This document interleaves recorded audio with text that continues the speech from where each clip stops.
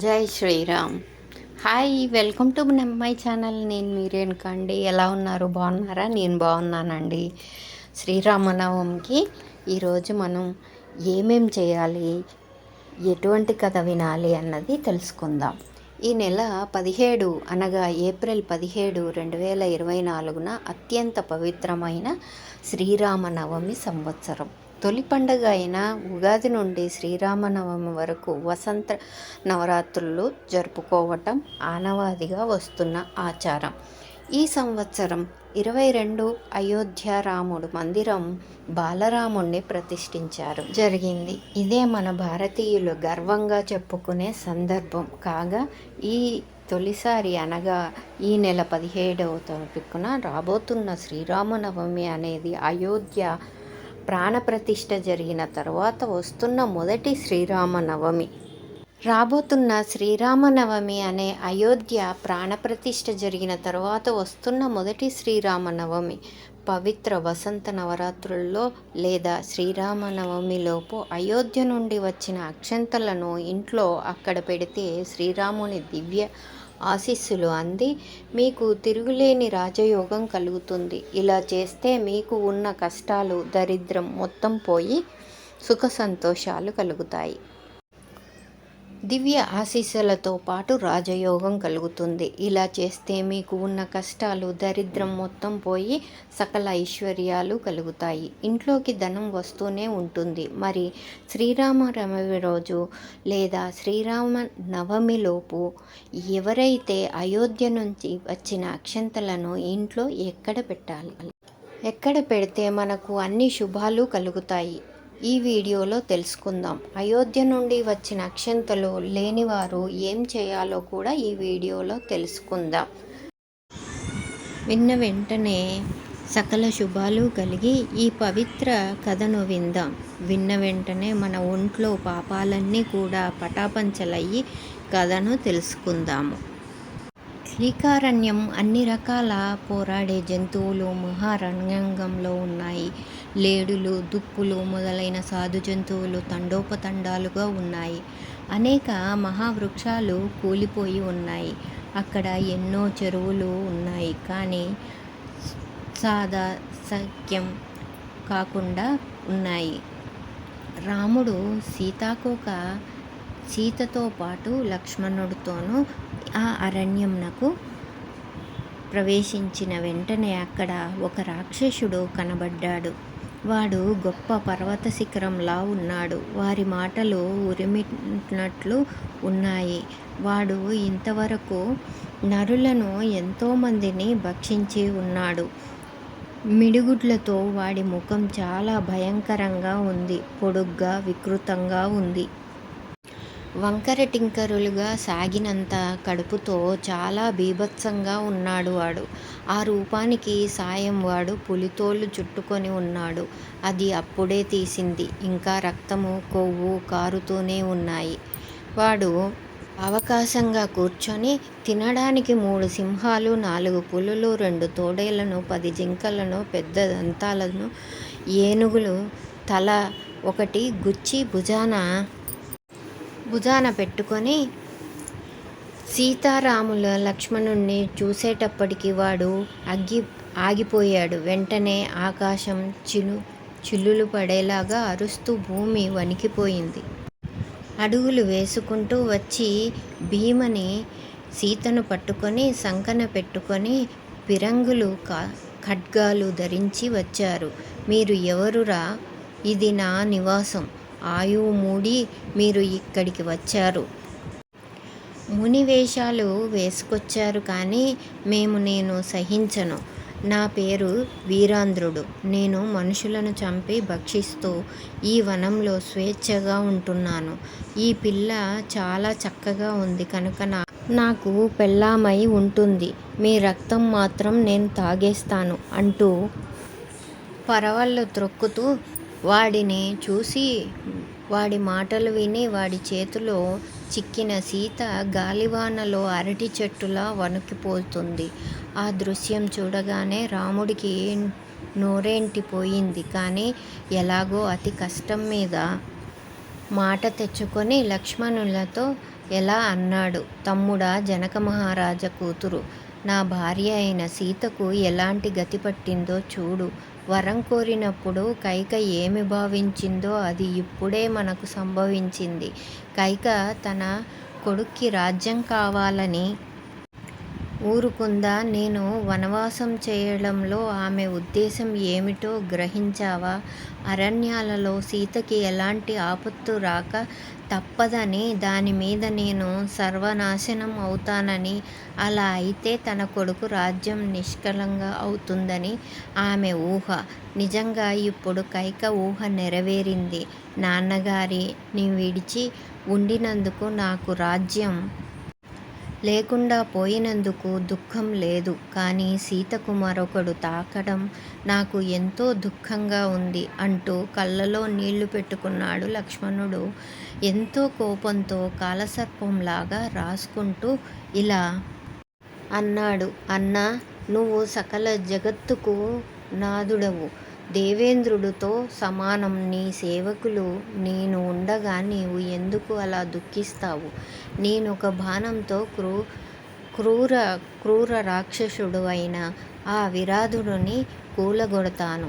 కైక తన కొడుక్కి రాజ్యం కావాలన్నప్పుడు నాకు భరతుడు మీద వచ్చిన కోపం అంతా కూడా ఇప్పుడు ఈ విరాధుడి మీద, ఇంద్రుడి పర్వతం మీద వజ్రాయుధం విడిచిపెట్టినట్లు విడిచిపెడతాను అని గర్జించాడు. రాముడితో ఎలా అని లక్ష్మణుడు విరాధుని చూసే వికటంగా నవ్వి ఇలా అన్నాడు. ఎవడ్రా నువ్వు అని అడిగాడు. అందుకే విరాధుడు ఎలా అన్నాడు. నేను అడిగిందే మీరు అడుగుతున్నారు. మీరు ఎవరు, ఎక్కడికి వెళ్తున్నారు అని అడిగాను. దానికి రాముడు ఎలా అన్నాడు. మేము ఇక్ష్వాకు వంశీయులం, దశరథ మహారాజుల కొడుకులం. మా నాన్నగారి ఆజ్ఞ చొప్పున మేము వనవాసం చేయడానికి వచ్చాము. మరి నువ్వు ఎవరు? ఈ దండకారణ్యంలో ఎందుకు ఉన్నావు అని అడిగాడు. అది విని విరాధుడు రాముడితో ఎలా అన్నావు రామా? విను, నా తండ్రి జయ్యుడు, నా తల్లి శతశత రాక్షసులు. అందరూ నన్ను విరాజుడు అని పిలుస్తారు. ఎలాంటి శాస్త్రములతోనూ ఎవరూ కూడా నన్ను నరకలేరు, చూర్చలేరు, చంపలేరు. నేను తపస్సు చేసి బ్రహ్మదేవుని నియమించగా బ్రహ్మదేవుడు నన్ను నరకలేరు, చూర్చలేరు, చంపలేరు అని తపస్సు చేసిన బ్రహ్మదేవుని నాకీ వరం అనుగ్రహించారు. మీరే సుందరిని, దీని మీద ఆశ విడిచి వెళ్ళిపోండి, పరిగెత్తిపోండి, లేకుంటే మాట రాదు. నిజానికి మీ ప్రాణాలతో నాకేమీ పని లేదు అన్నాడు. ఆ మాటలు వినేసరికి రాముడు అగ్నిహోత్రం అయిపోయాడు. ఓరి తోచుడా, ఉత్తమ కులస్త్రీ మీద ఆశ పెట్టుకొని నువ్వు చాలా నీచమైన కోరిక కోరుకుంటున్నావు. ఇది నీ మరణానికి కారణమవుతుంది. నా ఎదుట నువ్వు ప్రాణాలతో పోలేవు అని గర్జించి అతను వెంటనే ధనస్సు ఎక్కుపెట్టి బాణాలు వదలసాగాడు. అతను 7 బాణాలు విడిచాడు. అవి గరుత్మంతుని వాయువేగంతో వెళ్ళి విరాధుని నాటుకున్నాడు. నెమలి రకాల బొంకాల బాణాలు 7 శరీరంలోకి దూసుకుపోయి వారి రక్తంతో తడిచి అగ్నిజ్వాలల్లో నేలమీద పడ్డాయి. ఆ దెబ్బకు తినేవాడు మిక్కిలి కోపించి సీతను కిందకు దించి శూలం పుచ్చుకొని రాముడి మీద, లక్ష్మణుడి మీద శూలం పుచ్చుకొని వాడు ముందుకు ఉరికి వచ్చాడు. నోరు తెరుచుకున్న మృత్యువే మేధాపొట్టను ఉంది. అప్పుడు రామలక్ష్మణులు వాడి మీద శరవర్షం కురిపించారు. అందుకు వికటంగా నవ్వి వాడు ఒళ్ళు విరుచుకున్నాడు. వారు వేసే బాణాలు వారి శరీరం నుండి కిందకు పడుతున్నాయి. వరమహిమ వల్ల అంతటా ఆ విరాధుడి ప్రాణాలు హృదయంలో భద్రపరుచుకొని మళ్ళీ శూలం పుచ్చుకొని రామలక్ష్మణుల మీదకు ఉరికాడు. ఆ శూలం ఆకాశాన దావత్నిలా లాగా మెరిసింది. 2 బాణాలతో రాముడు దాన్ని ముక్కలు చేసేశాడు. ఆ శూలం వజ్రాయుధంతో ఇంద్రుడి కొట్టగా పడిపోయిన మేరుపర్వత శిఖరంలా భూమి మీద పడింది. అప్పుడు విరాజితుడు మళ్ళీ మీదకి పోగా దెబ్బల మీద దెబ్బలు కొట్టాడు. అందుకే విరాధుడు మిక్కిలి కోపంతో పర్వతాలలాగా చెల్లించకుండా నిలిచి ఉండిన రామలక్ష్మణులను చేతులలో ఇరికించుకొని బయలుదేరాడు. దానికి రాముడు లక్ష్మణులతో ఎలా అన్నాడు, రాముడా, వీడి దారిలో మనల్ని తీసుకుపోవడం మంచిది. వీడు మనం వెళ్ళవలసిన దారిలోనే బయలుదేరాడు అనే లక్ష్మణులతో అన్నాడు. అప్పుడు ఆ విరాజితుడు భుజం మీద ఎక్కించుకొని వారిద్దరినీ పిడుగులు పడుతున్నట్లుగా అరణ్యంలోకి బయలుదేరాడు. ఆ అడవి ఎంతో దట్టంగా ఉంది. అందులో ఆకాశమంటూ తోరణ రకాలుగా చెట్లు ఎన్నో ఉన్నాయి. చిత్ర విచిత్రమైన పక్షులు కూడా అందులో లక్షల కోట్లు ఉన్నాయి. నక్కలు, నువ్వులు, కాలసర్పాలు అసంఖ్యాకంగా ఉన్నాయి. ఆ ఘోర అడవిలో, ఆ అరణ్యంలో వాడు నిరాటంకంగా నడిచిపోసాగాడు. విరాధుడు రాముని లక్ష్మణుడి నుంచి ఎత్తుకుపోతూ ఉండటం చూసి సీతాదేవి ఎలా అంది, నా రాముడు సత్యవాది, శీలవంతుడు, రౌతులకారుడు. ఈ రాక్షసుడు లక్ష్మణులతో కూడా ఆ రాముని తీసుకుపోతున్నాడు. నన్నే ఇక తోడేలు, పులులు, చిరుతలు మింగేస్తాయి అనుకోని ఓ రాక్షసుడా, నీకు దండాలు. రాముని అనుకోని ఓ రాక్షసుడా, నీకు దండాలు. లక్ష్మణుణ్ణి విడిచిపెట్టు, నన్ను తీసుకుపో అంటూ సీత గెంతెత్తి ఏడ్చింది. అది విన్న రాముడు లక్ష్మణుడు ఏకై రాక్షసులను త్వరగా సంహరించాలి అనుకున్నాడు. వెంటనే లక్ష్మణుడు వాడి ఎడమ చెయ్యి నరికేసి పెట్టాడు. ఆ వెంటనే రాముడు కుడి చెయ్యిని నరికేశాడు. దాంతో విరాధుడు నీలిమేఘం వంటి పర్వత శిఖరం నేలకూలినట్లు పులి పెడుతూ పడిపోయాడు. వెంటనే రాముడు లక్ష్మణుడు వాణ్ణి కాళ్ళతో తన్నాడు. పిడికిళ్లతో కుమిరారు. మోకాళ్లతో పొడిచారు. బాణాలతో తూట్లు పొడిచారు. కత్తులతో నరికారు. అయినా వాడు చావలేదు. అది చూసిన రాముడు, తమ్ముడా, తపోమహిమ వల్ల ఏమి చేసినా వీరు చావకుండా ఉన్నాడు కనుక ఇన్ని పాటి పెదమ అన్నాడు. ఆ మాటలు విరాధుడు ఎలా అన్నాడు, రామా, నువ్వు మహేంద్రతో సమానుడవు. నీ చేతిలో నేను చచ్చిపోయాను. అజ్ఞానం వల్ల మొదట నీ సంగతి నేను తెలుసుకోలేకపోయాను. కౌసల్య కడుపు చల్లగా నువ్వు మహానుభావుడువు. నీ సంగతి కాక లక్ష్మణుని సంగతి, నీ సంగతి కూడా నాకు ఇప్పుడే తెలిసింది. నేను తురంగుడనే గంధర్వుడిని, కుబేరుని అధికార వర్గంలో ఒకరిని. అయితే రాంబాణాన్ని విడిచి వెళ్ళలేక నేను నా విధులు అశ్రద్ధ చేశాను. అందుకు కోల్పోయిన నా ప్రభువు అయిన కుబేరుడు ఇలా రాక్షసుడిగా కమ్మని శపించాడు. దశరథ మహారాజు కొడుకు అయిన రాముడు నిన్నెప్పుడు యుద్ధంలో సంహరిస్తాడో అప్పుడు నీకు శాపం తొలగిపోతుంది. మళ్ళీ నువ్వు స్వర్గానికి వస్తావు అని కుబేరుడు నాకు ఉపశాంతి కలిగించాడు. అలాంటి నేను నీ అనుగ్రహం వల్ల ఘోర శాపాన్ని విడిచిపెట్టి ఇదే నేను స్వర్గానికి వెళ్ళిపోతున్నాను. మీకు క్షేమంగా గాకుగా. ఎక్కడికి 1.5 ఆమడల దూరాన ధర్మాకుడైన శరభంగ మహర్షి ఉన్నాడు. మీరు ఆశ్రమానికి త్వరగా వెళ్ళండి. అతను నీకు సకల శ్రేయస్సులు కలిగిన గొయ్యి తీసి పూజపేటటౌన్ రాక్షసుల కులధర్మం కనుక నన్ను గోతిలో పూడ్చిపెట్టి వెళ్ళు. అలా చేస్తే నాకు పుణ్యలోకాలు లభిస్తాయని చెప్పాడు.